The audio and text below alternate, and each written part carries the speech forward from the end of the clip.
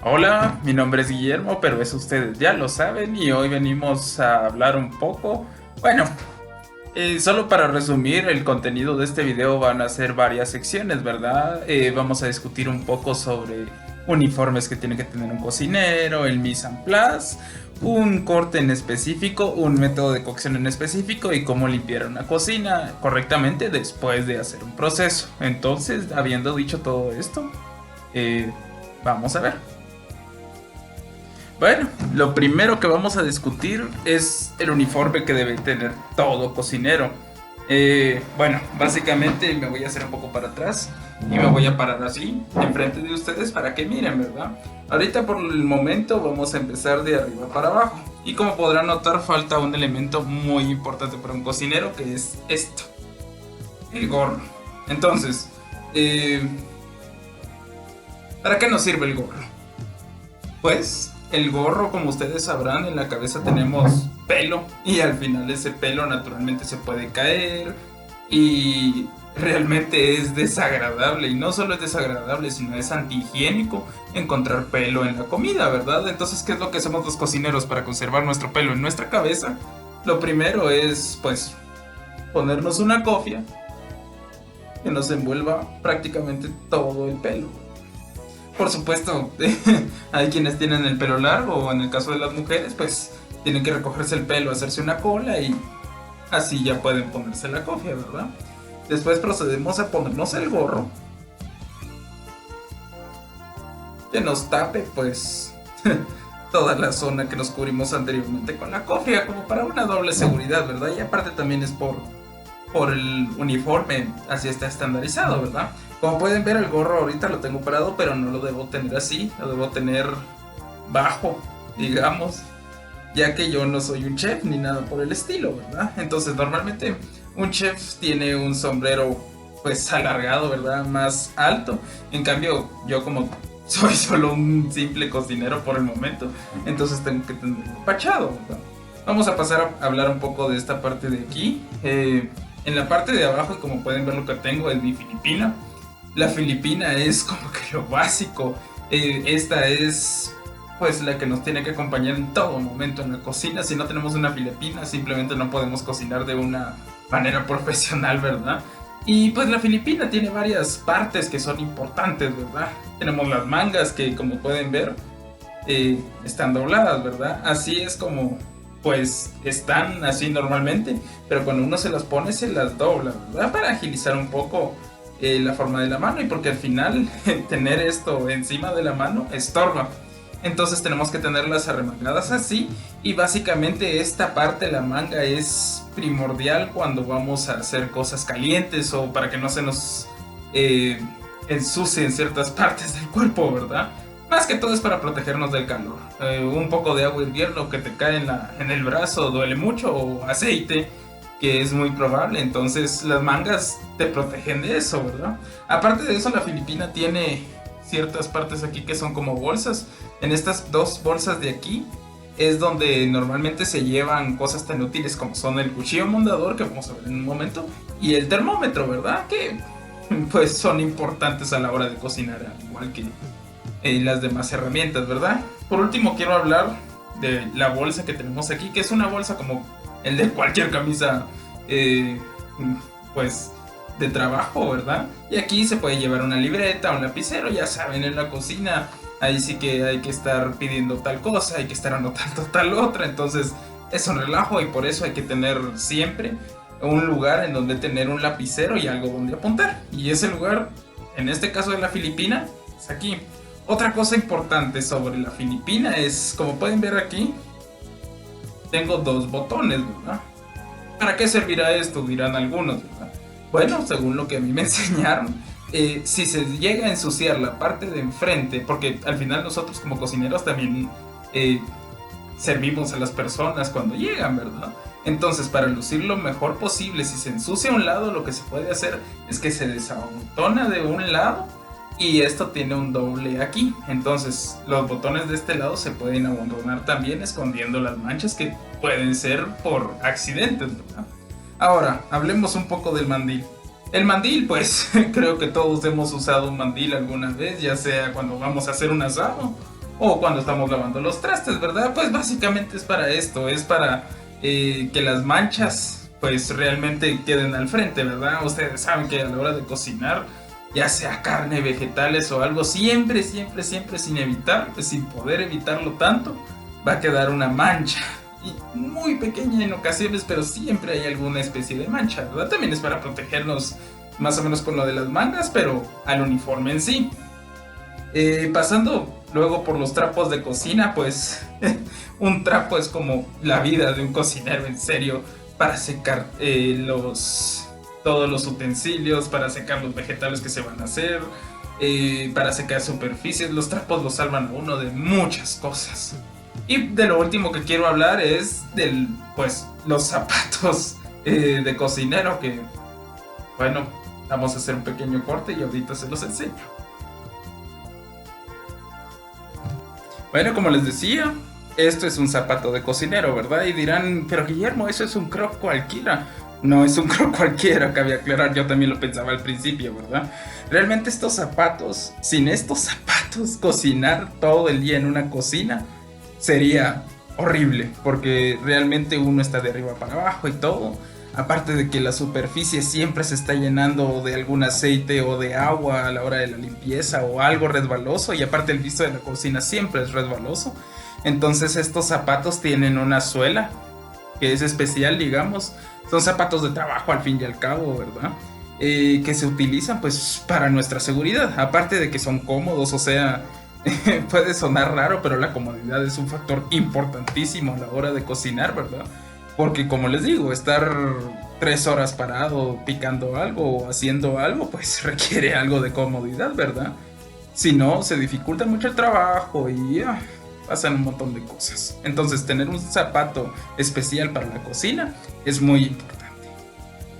Bueno, ya pasamos el tema del uniforme, ¿verdad? Entonces ahora tenemos que hablar un poco sobre qué es el mise en place. Bueno, otra vez, pero siempre es bueno recalcarlo. Bueno, ahora vamos a hacer un pequeño mise en place. Bueno, primero, ¿qué es el mise en place?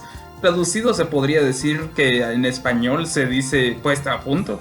Básicamente lo que es preparar todo lo que se va a necesitar para hacer, pues, un platillo, ¿verdad? En este caso, como vamos a hacer un corte simple, solo voy a preparar un bol de producto final. Ya vamos a entrar a eso, ¿verdad? Como podemos ver, aquí tenemos muchas partes, ¿verdad? Aquí lo que tenemos son papas, en este recipiente de aquí. Tenemos un pequeño, bueno, bol aquí y otro pequeño bol aquí. Aparte, aquí tenemos una tabla de picar verde en esta ocasión, ya saben, los vegetales, tabla verde, ¿verdad? Y de este lado tenemos las herramientas que vamos a usar, ¿verdad? Un pelador, el cuchillo mondador y pues el cuchillo de chef, ¿verdad? El cuchillo grande. Entonces, ¿en qué secuencia lógica es la que se tendrían que hacer las cosas? Pues entonces, tenemos que venir de este lado para este lado. Entonces, por algo tengo aquí los productos ya desinfectados, que son papas.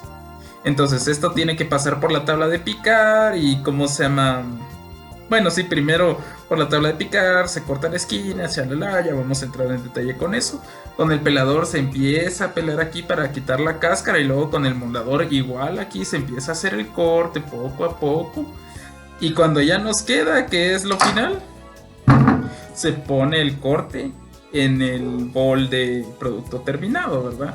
Todo esto que nos ayuda, pues básicamente a llevar una secuencia, porque hacer las cosas en orden y en una secuencia lógica es mucho más benefactorio al final para nosotros, hace que nos confundamos menos. Y por ejemplo, imagínense que yo hubiera puesto mi mise en place y todo y que alegre, pero se me olvidó el pelador, ¿verdad? Entonces en un momento que voy a empezar a hacer el corte, pues voy a decir, ¿y dónde está mi pelador, verdad? ¿Qué tengo que hacer? Empiezo a correr a lo loco, me voy a ir para atrás y voy a buscar el pelador como loco, ¿verdad? Entonces, tenerlo todo disponible para agilizar el proceso, no solo evita que se confundan, les ahorra perder tiempo y aparte de eso hace que su trabajo sea más productivo. Entonces, ya con este pequeño mise en place, pues explicado otra vez, vamos a empezar con el corte en unos momentos.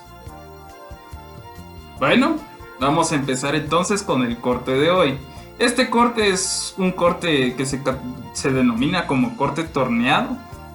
Básicamente lo que es, bueno, hay varias formas de corte torneado, ¿verdad? No solo el de ahora. Existen varios nombres y cada uno tiene su propia aplicación dentro de la cocina, ¿verdad? Pero en este caso vamos a hacer un corte que pues tiene su nombre del vegetal con el que más se utiliza, que es el corte de papa siete caras, ¿verdad? Entonces, ¿en qué consiste este corte? Básicamente es que tenemos que irle quitando lados a la papa de esta forma. Después lo vamos a hacer con una papa, ¿verdad? Pero solo es para que me entiendan. Entonces se le hacen cortes a la papa más o menos de la misma longitud hasta tener siete lados en la papa. Y después este corte pues se utiliza muchas veces para sofritos, para hacerlo al vapor, incluso para guarniciones. Se utiliza como parte decorativa, incluso que al final todos los cortes, no importa si sean torneados, circulares, redondos, que hay una pequeña diferencia entre esos dos, pero no lo vamos a ver ahorita. Los alargados, los cuadrados, todos los cortes, el beneficio que tienen, digamos principal, es que decoran el plato de una manera más especial, ¿verdad? Le dan un toque extra que no tiene mucho que ver con el sabor, sino más con la presentación. Entonces, este corte nos sirve, como les digo, para guarniciones. Se puede hacer prácticamente de cualquier forma. Solo le da un aspecto decorativo. Y normalmente se hace en papas, pero se puede aplicar a cualquier tipo de vegetal cilíndrico. Bien lo podríamos hacer con una zanahoria, con un zucchini, con un camote. O sea, lo pueden realizar. ¿Sí? Solo un último detalle ahora que menciono, ¿verdad? También hay que, este corte es uno de los que más práctica lleva, o sea, he estado practicando bastante tiempo para que salga más o menos decente, pero sí es importante practicarlo mucho, ¿verdad? Y una forma muy eficiente de practicarlo es con un cuchillo mondador y un huevo. Por cierto, antes de pasar al corte, solo quiero decirles que con este tipo de cuchillo mondador es un poco más complicado hacer ese tipo de torneados. No es imposible, solo requiere un poco más práctico. Existen otros que son más curvos y que ayudan a que la posición de la mano se adecue a la forma de la papa, ¿verdad? Pero no es imposible hacerlo con otros cuchillos e incluso lo pueden tomar como una forma de reto para que su mano agarre más agilidad todavía. Entonces, sin más preámbulos, vamos a iniciar. Bueno, ya habiendo explicado que es un corte de siete caras, un torneado de siete caras en una papa, entonces vamos a empezar. Lo primero que tenemos que hacer es, entonces tenemos nuestro bol de desperdicio. Empezamos a pelar la papa. Bueno, he visto que hay personas que dejan la cáscara. Procuren que eso no les pase, eso no les puede pasar. Todo tiene que caer dentro del bol de desperdicios. Ahora tengo que lavar mi tabla de picar. Vamos a hacer un pequeño corte cuando termine de, pues de pelar la papa, ¿verdad? Como les decía, hay personas que hacen este corte sin haber pelado la papa. Pero el problema con eso es que pueden quedar residuos porque pasa mucho. Y aparte, así se le quita menos piel, porque no crean que vamos a desperdiciar exactamente todo todo lo que se le va a quitar a la papa para hacer el corte. No, este desperdicio entre comillas para lo que nos puede servir es básicamente para hacer un fondo o hacer un caldo corto o algo así para aprovechar esos recursos, ¿verdad? Hay que saber que no es bueno desperdiciar, entonces hay que tomar estas medidas para aprovechar al 100% la papa. Vamos a hacer un pequeño corte y seguimos con lo siguiente. Bueno, vamos a empezar entonces con el corte de hoy. Este corte es un corte que se denomina como corte torneado. Básicamente lo que es, bueno, hay varias formas de corte torneado, ¿verdad? No solo el de ahora. Existen varios nombres y cada uno tiene su propia aplicación dentro de la cocina, ¿verdad?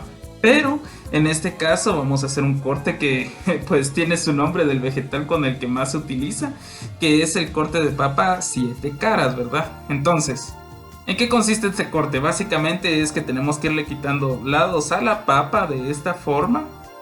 Después lo vamos a hacer con una papa, ¿verdad? Pero solo es para que me entiendan. Entonces se le hacen cortes a la papa más o menos de la misma longitud hasta tener siete lados en la papa. Y después este corte pues se utiliza muchas veces para sofritos, para hacerlo eh, al vapor, incluso para guarniciones. Se utiliza como parte decorativa, incluso que al final todos los cortes, no importa si sean torneados, circulares, redondos, que hay una pequeña diferencia entre esos dos, pero no lo vamos a ver ahorita. Los alargados, los cuadrados, todos los cortes, el beneficio que tienen, digamos principal, es que decoran el plato de una manera más especial, ¿verdad? Le dan un toque extra que no tiene mucho que ver con el sabor, sino más con la presentación. Entonces, este corte nos sirve, como les digo, para guarniciones, se puede hacer prácticamente de cualquier forma. Solo le da un aspecto decorativo. Y normalmente se hace en papas, pero se puede aplicar a cualquier tipo de vegetal cilíndrico.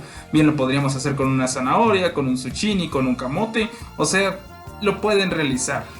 Sí, solo un último detalle ahora que menciono, ¿verdad? También hay que, este corte es uno de los que más práctica lleva, o sea, he estado practicando bastante tiempo para que salga más o menos decente, pero sí es importante practicarlo mucho, ¿verdad? Y una forma muy eficiente de practicarlo es con un cuchillo mondador y un huevo. Por cierto, antes de pasar al corte, solo quiero decirles que con este tipo de cuchillo mondador es un poco más complicado hacer ese tipo de torneados. No es imposible, solo requiere un poco más práctico. Existen otros que son más curvos y que ayudan a que la posición de la mano se adecue a la forma de la papa, ¿verdad? Pero no es imposible hacerlo con otros cuchillos e incluso lo pueden tomar como una forma de reto para que su mano agarre más agilidad todavía. Entonces, sin más preámbulos, vamos a iniciar. Muy bien, continuando en donde lo dejamos hace un momento. Entonces, ¿qué vamos a hacer ahora? Como pueden ver aquí, lo que tenemos que hacer es quitar las esquinas. Esto porque el corte que vamos a hacer, lo que queremos procurar es que las partes de arriba, digamos, la parte de arriba y parte de abajo queden aproximadamente plana, ¿verdad? Entonces, ¿cómo vamos a hacer esto? El corte es así. Empezamos por una esquina y el corte es aquí y hacia abajo, ¿verdad? Como si estuviéramos dándole a un huevo. Bueno, lo digo así porque con esto sirve mucho la práctica del huevo, como ya les dije anteriormente, ¿verdad? Entonces, como ya podrán haber adivinado, lo que hay que hacer es tornear la papa hasta que ésta tenga 7 lados.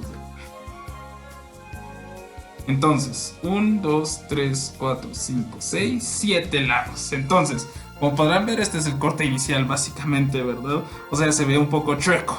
Pero entonces, ¿qué tenemos que hacer? Pues lo vamos torneando más hasta que nos quede bien. Entonces, seguimos poco a poco con el mismo movimiento hacia abajo.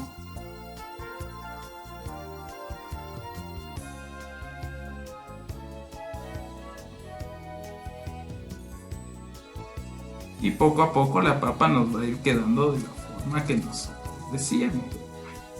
Hay ciertas partes en las que no hay que quitar mucho, hay otras en las que sí se necesita una buena mano, ¿verdad? Entonces, aquí podemos ver más o menos cómo queda, ¿verdad? Yo sé, no es perfecto, pero es una gran mejoría a comparación de cuando uno comienza, ¿verdad? Entonces, como pueden ver, esta papa ya tiene una presentación un poco, bueno, un poco más coqueta, ¿verdad? Es distinta a que ustedes solo pongan una papa irregular ahí en la ensalada y ya, se olvidan del asunto. Entonces, como lo vivo repitiendo siempre, los cortes son especialmente útiles a la hora de la presentación de los platillos. Entonces, ya que tenemos nuestra papa debidamente torneada, vamos a proseguir al método de cocción. Solo una pequeña nota al pie antes de empezar con la cocción. Como pueden ver aquí, este es uno de los fragmentos que yo le quité a la papa, digamos, a la hora de dar el aspecto curvo. Entonces, como pueden ver, este tiene una pequeña curva. que se le da justo aquí. Eso es justo el movimiento de dedo que hay que tener para quitar los pedazos de papa, ¿verdad? Para hacer el torneado hay que tener pues este movimiento así agilizado, ¿verdad? Y eso solo se logra pues con la práctica, ¿verdad? Más utilizando este tipo de cuchillos, ¿verdad? Solo es una nota al pie y que esto realmente no es desperdicio. Esto no lo puedo tirar a la basura, o por lo menos no lo quiero tirar a la basura, sino que va a servir para hacer un fondo o algo similar, ¿verdad? Que básicamente un fondo, supongo que más adelante les voy a tener que explicar qué es un fondo y hacerles un fondo, pero por el momento solo tienen que saber que es algo que ayuda a darle sabor a otros platillos, ¿verdad? O a las salsas. Entonces por el momento vamos a pasar al método de cocción. Bueno, como pueden ver aquí tenemos nuestra olla. Vamos a hacer un método de cocción muy sencillo que es la cocción en vapor, ¿verdad? Entonces, básicamente, ¿para qué hacemos esto? Vamos a agarrar nuestro mondador, aquí lo tenemos.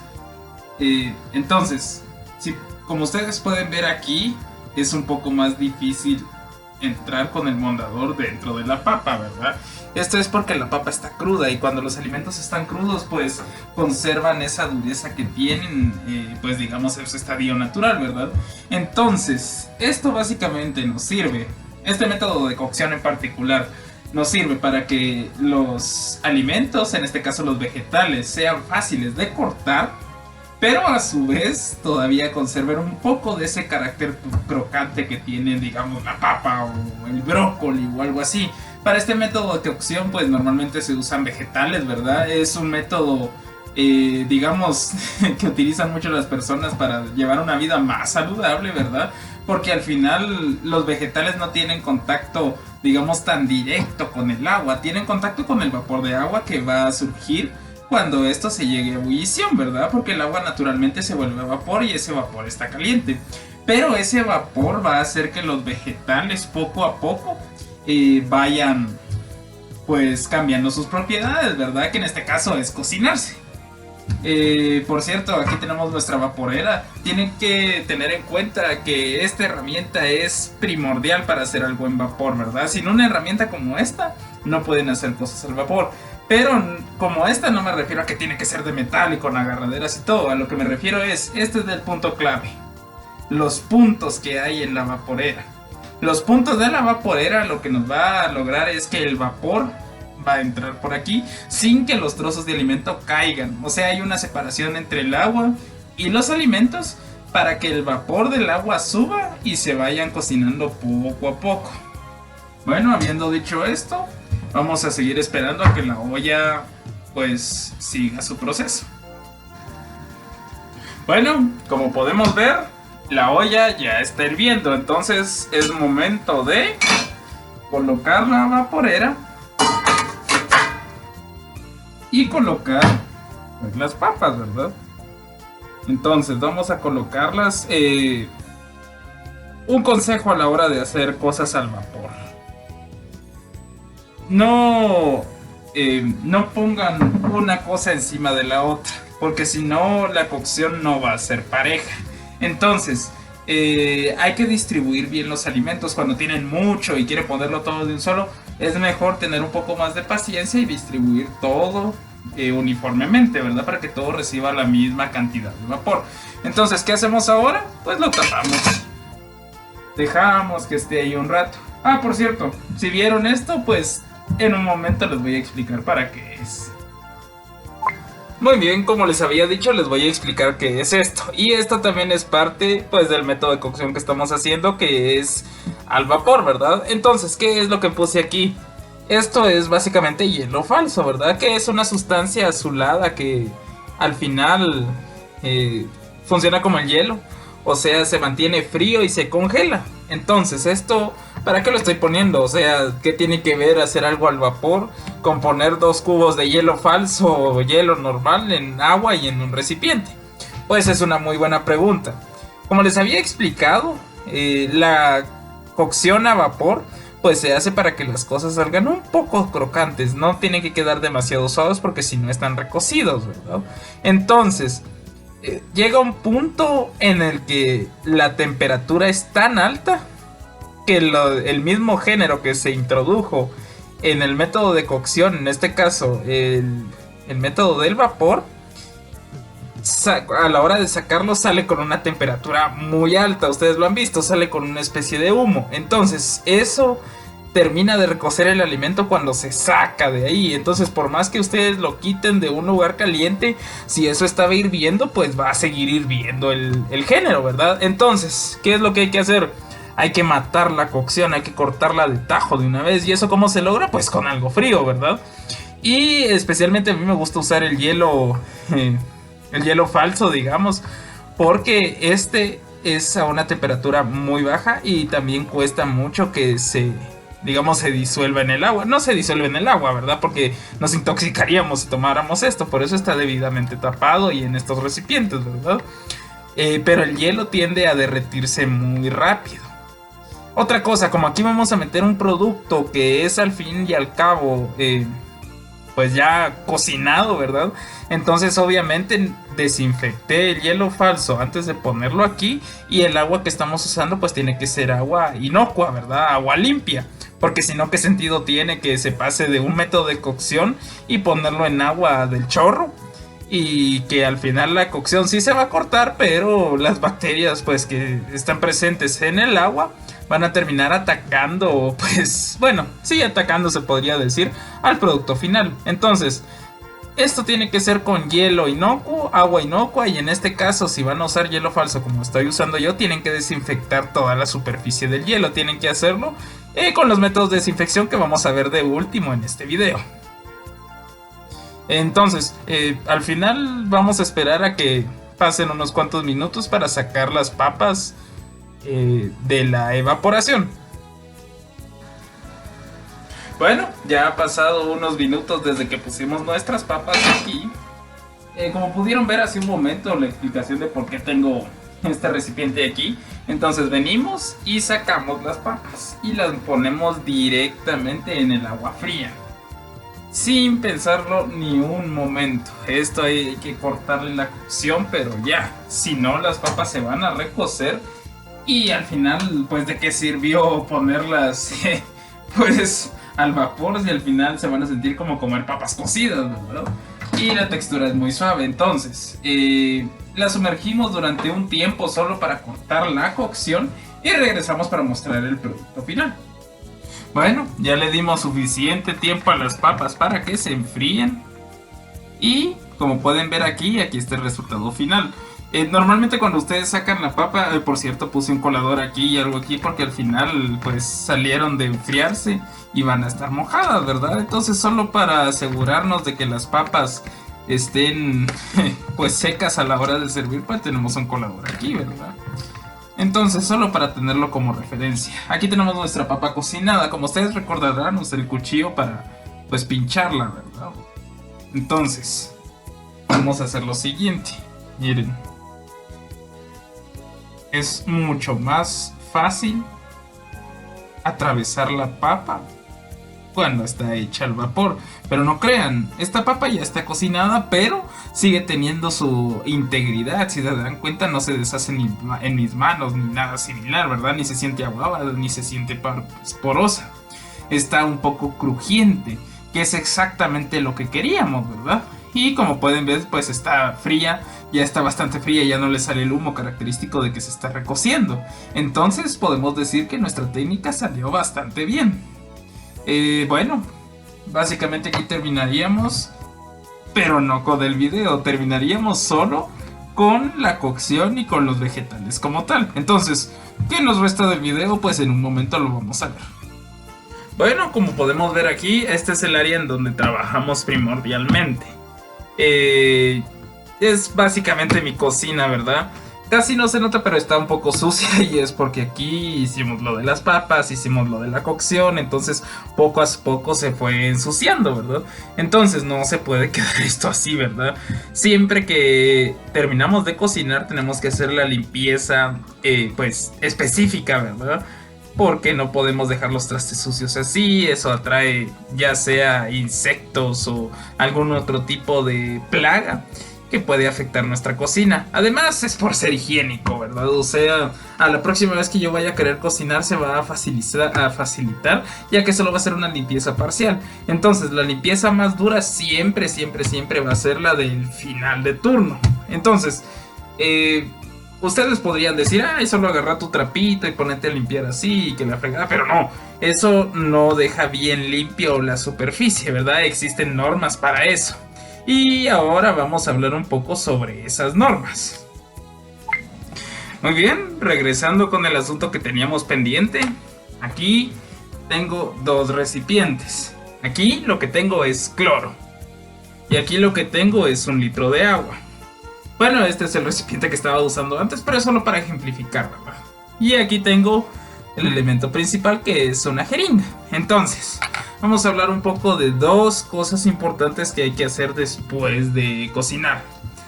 La primera es algo que todos conocemos y que se llama limpieza. En esto no nos vamos a enrollar mucho, todos sabemos que es limpiar. Todos tenemos que pasar un estropajo aquí con una solución de 2 cucharadas de jabón por 1 litro de agua.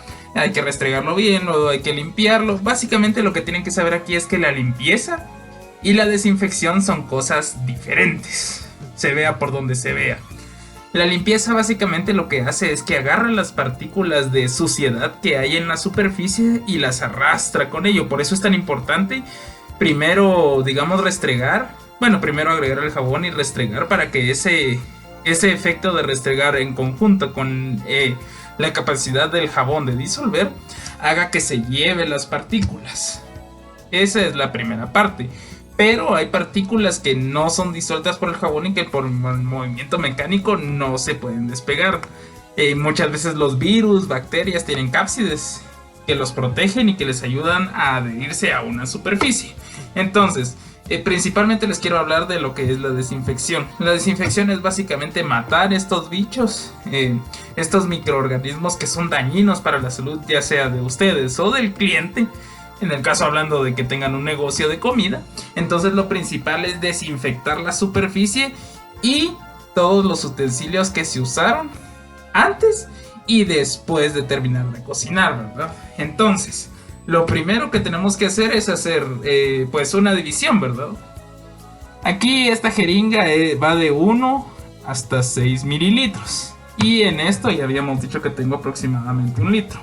Entonces, existen varias medidas dependiendo de lo que se va a desinfectar, porque la desinfección no solo es en superficies, también la materia prima, específicamente vegetales y frutas, necesitan ser desinfectadas. Entonces vamos a comenzar diciendo pues lo básico.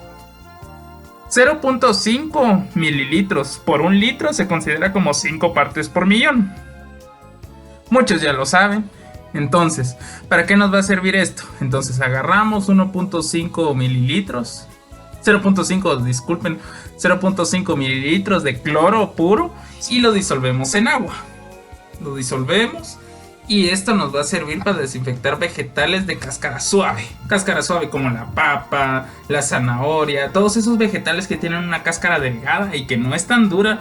Ojo, no estoy hablando del vegetal que sea duro, porque las zanahorias son bastante duras, pero su cáscara es bastante suave, es digamos muy difusa, es muy pequeña. Entonces hay que desinfectarla con una cantidad moderada de cloro, para que el cloro, pues al final el cloro es un desinfectante, pero también nos afecta a nosotros.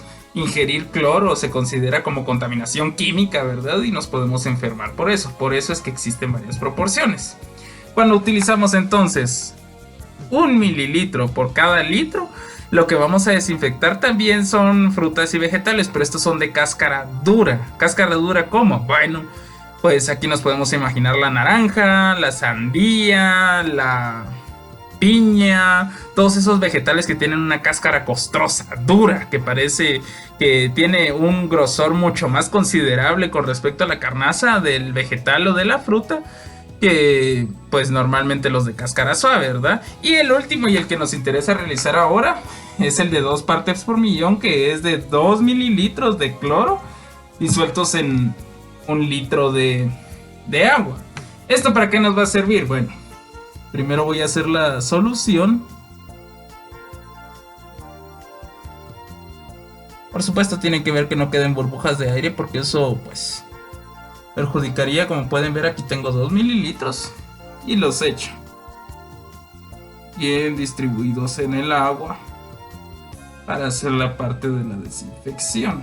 Entonces, ¿para qué nos va a servir pues las 2 partes por millón? Esto es para superficies, porque realmente para limpiar una superficie sí nos podemos dar el lujo de utilizar, bueno, no solo nos podemos dar el lujo, sino es necesario utilizar una dosis más fuerte, porque realmente con los vegetales sí se desinfectan y puede que quede más de algún virus y no sé, bueno, naturalmente que quede ahí, ¿verdad? Pero esto con la cocción y todo pues se va a retirar ese virus, ¿verdad? Las cápsides pues aguantan cierta temperatura y hay muy pocos microorganismos en el mundo que aguantan, que su cápsula y su membrana aguanta temperaturas mayores a la ebullición del agua. Y por eso no hay que usar una dosis tan grande de cloro. Porque al final los microorganismos siempre se pueden morir ahí. Aparte de que podemos ingerir ese cloro y nos podemos enfermar. En cambio con la superficie pues nadie va a venir y darle una pasada con la lengua a la superficie, ¿verdad? Eso sería raro. Pero lo que realmente se busca aquí es quitar todo lo que se pueda. Dejar la superficie libre de virus para que cuando pues volvamos a cocinar otro día no sea tan perjudicial para la salud. Me explico. Digamos que hay una célula de virus aquí, ¿verdad? Y no la limpio. Entonces al otro día ya no va a haber una, sino que como tienen un crecimiento exponencial, pues van a haber miles. Entonces va a ser mucho más difícil controlar miles de partículas, bueno, miles de virus a una sola cepa. Entonces hacemos esto por precaución, para que después no nos enfermemos cuando volvamos a cocinar. Entonces vamos a proceder. Pues aquí ya hice mi mezcla en 1 litro. Cabe aclarar que esta solución tiene una vida de tan solo 2 horas, por lo que sí, a uno le gusta ser previsor y todo, pero uno tiene que considerar que esto tiene un tiempo de vida estimado. Si esto pues ya pasa 2 horas sin que se utilice, ya no va a ser útil. Entonces hay que volver a hacer una solución y solo se gastan materiales. Entonces hay que calcular bien el tiempo para hacer las cosas. Entonces, solo como último punto vamos a desinfectar esta mesa. Como pueden ver, aquí tengo mi scotch. El scotch es otra herramienta súper útil. Nos ayuda a absorber la humedad. Bueno, básicamente esto es para limpiar, pero es excelente para limpiar y para secar también, ya que es como una esponjita que se exprime fácil. Solo basta con apretarlo un poco y ya el agua cae. Entonces, vamos a usar nuestra mezcla aquí y vamos a desinfectar pues el área en donde estuvimos trabajando. Por supuesto tienen que tener cuidado con estos químicos porque al final el cloro es muy dañino para la salud. Es realmente dañino, por supuesto en las dosis no recomendadas, ¿verdad? Entonces tienen que tener mucho cuidado a la hora de hacer las dosis para no pasarse, para que sea dañino, pero tampoco dejarla muy leve como para que los virus sigan sobreviviendo. Entonces, con esta limpia y bonita mesa, vamos a despedir el video de hoy. Gracias por todo y pues hasta la próxima.